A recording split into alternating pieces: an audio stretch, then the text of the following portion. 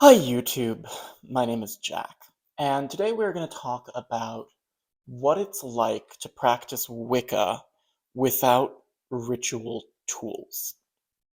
So, for anyone who kind of regularly checks in on this channel, I moved this year from New Jersey to Salt Lake City, Utah. And I moved here to Utah around mid-February to the end of February. I arrived in Utah on like February 15th, but then I had to pretty much immediately turn around and leave because I had some family stuff that I had to go take care of. So really, I like settled back in Utah and was here starting from like the beginning of March, end of February. And when I moved out here, I drove out by myself in my little Mini Cooper, and I packed up my entire life and fit it into my Mini Cooper, and then got on I-80 and drove west until I hit Utah. Uh, but not everything in my life fit in my Mini Cooper. So I packed up all of my clothes, I packed up a lot of my things, but most of the like stuff, most of the things that I wasn't wearing or using every day ended up getting put into boxes and put in a storage unit in New Jersey. And really largely that refers to books, but also like various tchotchkes and decorations, things to hang on the walls. Um, and it also included my ritual gear. Partly because when I moved out here at first, I didn't know how long I was going to be staying. So I arrived in Utah, and there was a chance that I would, because I was still hunting for a job, there was a chance that I would get a job somewhere else and have to pick up and leave and move to Toronto or Massachusetts or wherever else, right? And I didn't want to move everything I owned out here, which is very expensive, and then get a job somewhere else and have to do that whole thing again and move everything potentially back to the East Coast. Um, I I took what I could with me, and then everything I couldn't fit in my car, I left in storage in New Jersey. And really, I expected that I would be back soon. I expected that I would be back in a month or two. After I'd landed a job, that I would come back to New Jersey, pick up all my things, ship them out to myself. And that ended up not happening. For a handful of reasons, cost being one of the really big ones. It's just prohibitively expensive, first off, to fly anywhere right now. But then, secondly, it's prohibitively expensive to ship things. And moving across the country ate basically my entire savings, which was worth it. Very happy with where I ended up. But I was in a position where, for a good long time, I just couldn't afford to go back to New Jersey and pay to ship my things out. Uh, so everything that I had in storage stayed in storage until September. And in September, I finally went back. I went back for a friend's wedding, but then while I was there, I like took care of some other things, including emptying out my storage unit and sending everything out here to Utah. So between February and September, I didn't have a lot of my things, including all of my books and including all of my ritual gear. Um, that's about 7 months that I was being a witch and didn't have any of my ritual tools, didn't have any of my like magical notebooks or like any of that, right? It was all in storage because I left it behind really thinking that I was going to be coming right back for it. And the result was 7 months of really interesting ritual and magical experimentation. Because I was doing, I was still doing magic, I was still doing ritual, I was still regularly like having ritual for the Sabbats or for full moons or whatever. But I had to do it without the ritual apparatus that I normally have. And people say that The real magic is in you, the real magic is your will, and all of the tools are kind of, unnecessary. They're super erogatory. They're nice to have, but they're not necessary to have. Having done 7 months worth of ritual and magic with no tools, tools are good. I like tools. Um, Not just because of the, consumerist crow brain likes having shiny things, but magic, at least magic in the paradigm that I operate within Wicca, right? Like there are other ways of approaching magic, but the magic that I do is about doing things. It's very hands-on. It's very bodily.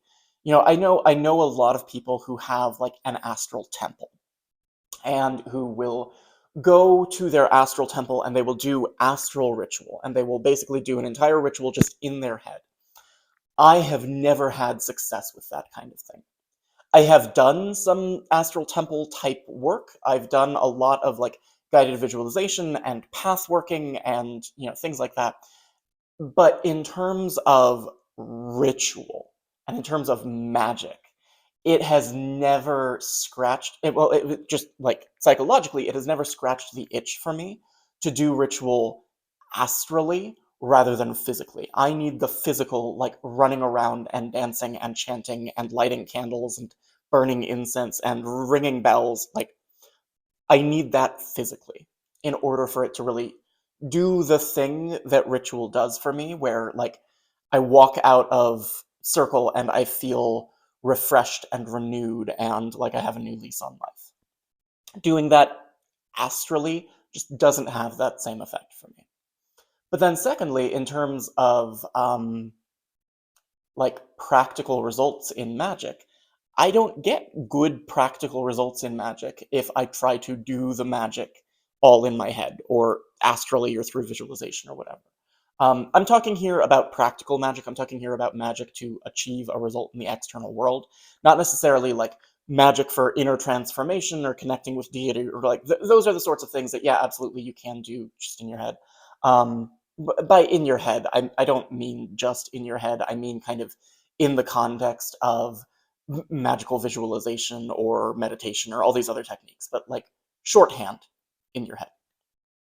But if I want to do a spell to get a job, which I was doing some pretty serious work with that as I moved to Utah and was applying to jobs, or if I want to do a spell to like, I did a spell months ago to help myself meet new friends and like make social connections because I didn't know a lot of people in Salt Lake. Things like that, things with a concrete external result.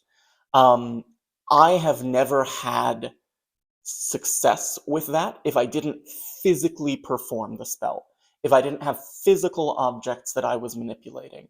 Um, and some of that may be psychological. Some of that I think really is uh, that the magic that I tend to do is sympathetic magic. And sympathetic magic relies on acting on a thing that is like the thing you're trying to affect. And you have to do that. You have to actually act on it. Um, so just doing that in my head, it's not enough of a sympathetic link for me to like visualize, I don't know, a poppet or a candle or like that's not going to have the same effect for me as really having like the thing that I am manipulating that is a microcosm of the macrocosm I'm trying to affect. And as far as magic goes, right, for the most part, you can do that on a case by case basis. So you can go get a candle for a spell, and you can make an oil, and you can anoint it, and you can pull a knife out of your knife block in the kitchen, and you can carve up the candle, like if you don't have your candle scribe with you or whatever.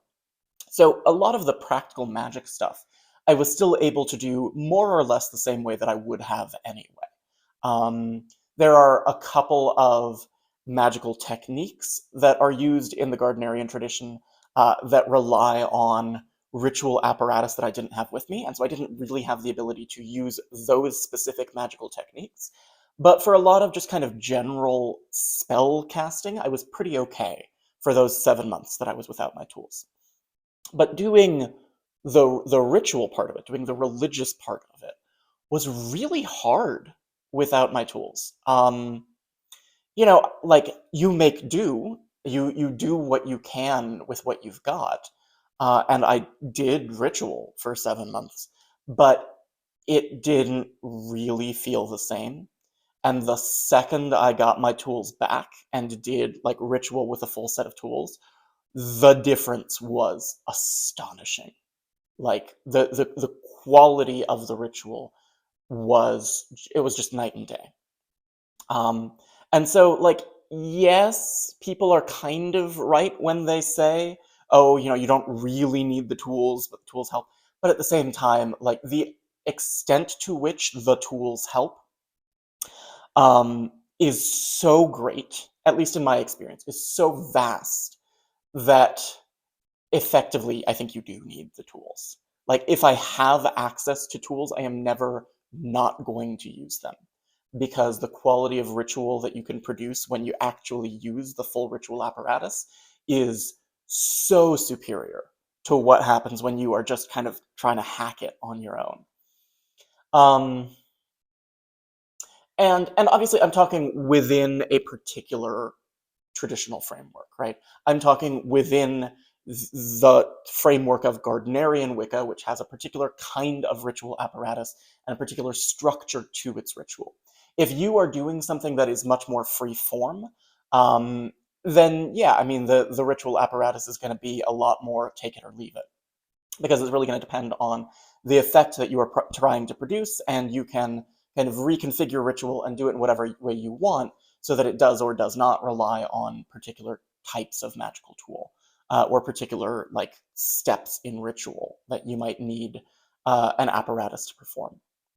But for me, because I was trying to produce a particular kind of effect in ritual, using a particular script for ritual and a script that is designed to function with that ritual apparatus, yeah, the tools make a difference. The tools really make a difference. Um, the one tool that I found really indispensable, the one thing that I ended up going and buying a second one of while I was here, because I found that I just couldn't do without it, was a censer. Like, I need incense in order to really feel like I got ritual going. And that was one that, like everything else that I do in ritual, I found ways to work around or substitute or get creative with or just not do at all.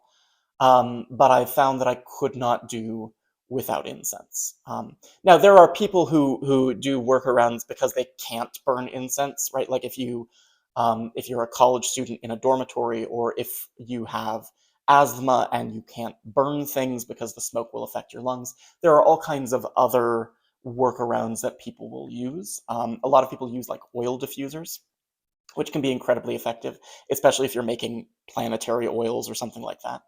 But for me, and for the way that I like to do ritual and for what I get out of ritual, it was really important to me to have that. So that was the one thing that I did cave and go buy another incense burner so that I could use that in my personal magic and my personal rituals. Because not even like in the religious context, but in the spellcasting context, I use so much incense. I use so much incense if I am consecrating an object for magical purposes, or if I am summoning a spirit. I think it was Franz Bardon who wrote this. I could be wrong. Somewhere there's someone said in a book that incense is valuable in summoning spirits because it's in the process of transmuting, right? Incense is transitioning from gross to subtle matter. It is physical, and when it burns, it becomes incorporeal. It dissipates. And so it's in that process of transmutation between two states.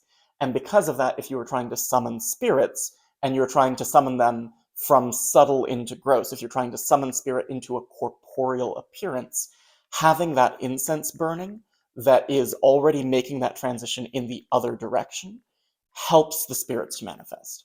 I think it was Franz Bardon who said that.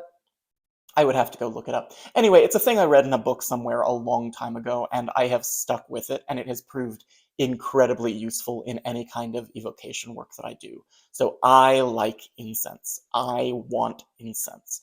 And all of my other tools I found ways of doing without, but the incense was a necessity for me. It really was. Um, the other thing that I want to say just about magical tools is that when I got my magical tools back, I felt like they had missed me. And that's really the only way that I can put it. I opened up the box and I picked up my magical tools, and I didn't even ship those out to myself. I missed them so desperately that I put them in my checked luggage, and I took all of my magical tools back on the plane with me because I didn't want to wait for them to ship from New Jersey to Salt Lake. Um, I like I brought a massive checked bag on my trip back to New Jersey because I knew that I wanted those tools with me. But when I opened up the box and picked up my magical tools for the first time in 7 months, all I can describe it as is this feeling that, like, oh, we missed you. Oh, it's good to see you again. And, people talk a lot about like animism or perspectives where we treat magical tools or the sort of the world with which we interact as having a soul, as having a spirit, as being a person who is partnering with you in works of magic. And people adhere to that view to greater and lesser extents. Some people go very hard with it, some people not at all. It's pretty common in witchcraft spaces, I find. And I certainly feel that to an extent, and I feel that in particular with like the landscape, right? Like when I go and visit a lake, or if I'm going on a hike to a waterfall, or if I'm going to a particular mountain, or like those are all people to me, and I will sort of greet them appropriately, and I'll make an offering, usually of just like clear water, and I'll try to establish a relationship with them. I am in a relationship with the spirits of the land that I live on. I'm in a relationship with the spirits of the apartment that I live in, right? Like I very much treat my car is a person to me, and after every drive, I say like, "Thank you, car." Um, I very much treat a lot of the world around me as endowed with personhood. But it's really interesting to me in a context of like specifically magical tools, because ritually I tend to work with my tools as tools and not as people, right? I don't ask a tool to please help me to achieve a certain thing. I pick it up and I use it. Um, and I've never done with any of my magical tools. I've never done any kind of ensouling ceremony. I've never done anything to endow those tools with a spirit or to awaken the spirit that might already be latent within them. I've never done a naming with any of them. So like none of my tools has a name by which I address it, other than like the name of the object. But I know people who have this is my magical journal, and it has a secret name that only I know, and that's part of the magical relationship that I bear with that tool. I have that relationship with my sourdough starter, which I have talked about in a previous video. But I don't have that with any of my magical tools. I've always kind of just worked with my as tools, as objects. And so it was genuinely kind of surprising to me when I picked them up again for the first time in so many months and just got this strong vibe, for lack of a better word, this, psychic sense of like, we have missed you. We want to be back with you. We want to be doing ritual together again. So I mean, I have to sit with that for a while and unpack that and maybe explore my relationship with those tools in kind of a different way. I don't know. Do they need names? Maybe I should ask them. Who knows? Who knows? Anyway, I'm going to go ahead and wrap this up here. Just just thoughts about what it was like being Wiccan and doing ritual without tools for the better part of a year, and how nice it is to have my tools back. So I will go ahead and end this here. Thank you for listening, and talk to you sometime soon. Bye.